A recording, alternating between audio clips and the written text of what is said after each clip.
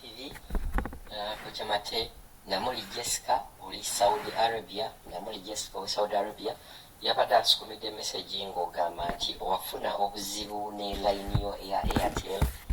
Georgia Uganda bwatuuka e Saudi ne bagamba nti teri registered ng'eraga nti no bagisazeeko ng'ate tusobola kufuna notification zonna katusooke tuwulabe video eno then olabe kiki ky'oyinza okubeera nga okola nozza line yo mutuufu ekyo kigenda mu oba ku Buli Kadaama yina ng'olina obuzibu ne essimu yo ya Airtel oba line ya Airtel wuliriza video eno. Kadaama yina ng'olina line ya Airtel oba eya MTN ng'ekulaga emergency calls kwegamba ng'eraga balinga abaagisazeeko ogenda kukola bino okugitereeza. Bw'onyiga kodi yaffe eya Uganda eya mobile money eya *185# okebera ssente zo n'onyiga yes nga bikugamba nti not registered on network agwena wenna Kadaama ali ebweru ogenda genda mu setting onoonye ekigambo more networks ogende ogambe mobile networks okonemu ogambe networks operators kato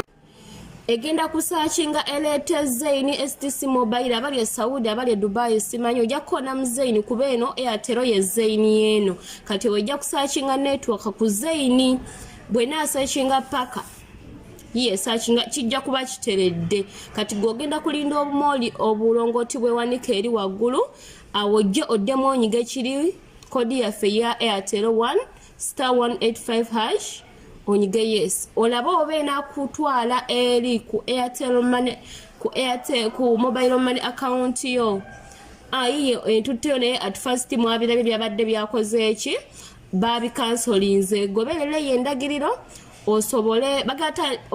okugulawo account yo oba line yo oba ya MTN oba ya Airtel bazigala naye bajigadde don't panic just gobeera nga wenkulagidde begatandika n'okusindikira message nga bwolaba message eri waggulu era we bagiresa video mugirabye kati baby nga abanyonyola omuntu yenna bw'oboze ne line yo kubajjukira nti oyinza okuyaneka line ko aka Airtel MTN nobeera nga toyagala gireka Uganda toyagala girekera bantu olw'ensonga nti sim cards ezo bakolerako ebintu bingi ng'ate oluusi ebeera nga eri private nga yo nga gwe omuntu nga wali yagadde okubeera nga ogikozesa paka b'okomawo Uganda kati tolindirira layini eyo gisalako tolindirira kubeera nga ebintu gikozesa kuba onoolwawo ebbanga ddene nga togikozesa n'ogenda ku kyeyo emyaka 2 kitegeeza nti bajja kugisalako bw'onookomerawo Uganda ebeere nga teri active wabula oba oyagala sim card yo ebeere nga ekyakola paka bw'onookomerawo Uganda jijine emitendera eyo nga kati baby batulaze osobola okubeera nga layini yo tebagisalako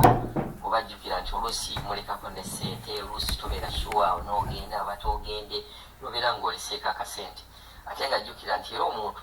akyasobola okubeera nga depositinga ssente ku layini eyo kasita obeera ng'omaze ogi activatinga nebeera nti tesobola kubeera nga esalibwako myaka 2 myaka 3 ojja kusanga layini yo nga ekola bulungi tokkiriza layini yo kugisalako ng'osobola okubeera nga ogiactivatinga ng'oli Saudi Oman oba ensi yonna ne bubeera Europe US osobola okuactivatinga kadi yo ya Airtel. Kadaama yina ng'olina line ya Airtel oba eya MTN ng'ekulaga emergency calls kwegamba ng'eraga balinga abaagisazeeko ogenda kukola bino okugitereeza. Bw'onyiga kodi yaffe eya Uganda eya mobile money eya *185# okebera ssente zo n'onyiga yes nga bikugamba nti not registered on network agwena wenna Kadaama ali ebweru ogenda genda mu setting onoonye ekigambo more networks ogende ogambe mobile networks okonemu ogambe networks operators kato egenda kusaachinga Airtel Zaini STC mobile abali e Saudi abali e Dubai simanyi ojja kukona mu Zaini kuba eno Airtel ye Zaini eno kati ojja kusaachinga network ku Zaini bwena saachinga paka ye saachinga kijja kuba kiteredde kati gogenda kulinda obumoli obulongoti bwewanika eri waggulu awo ojje oddemu onyiga ekiri kodi yaffe ya Airtel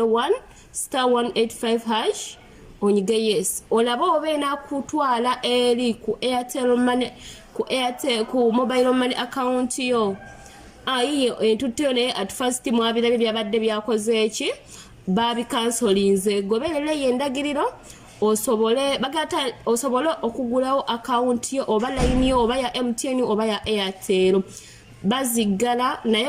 bagigadde don't panic just gobeera nga wenkulagidde begatandika n'okusindikira message nga bwolaba message eri waggulu era we bagire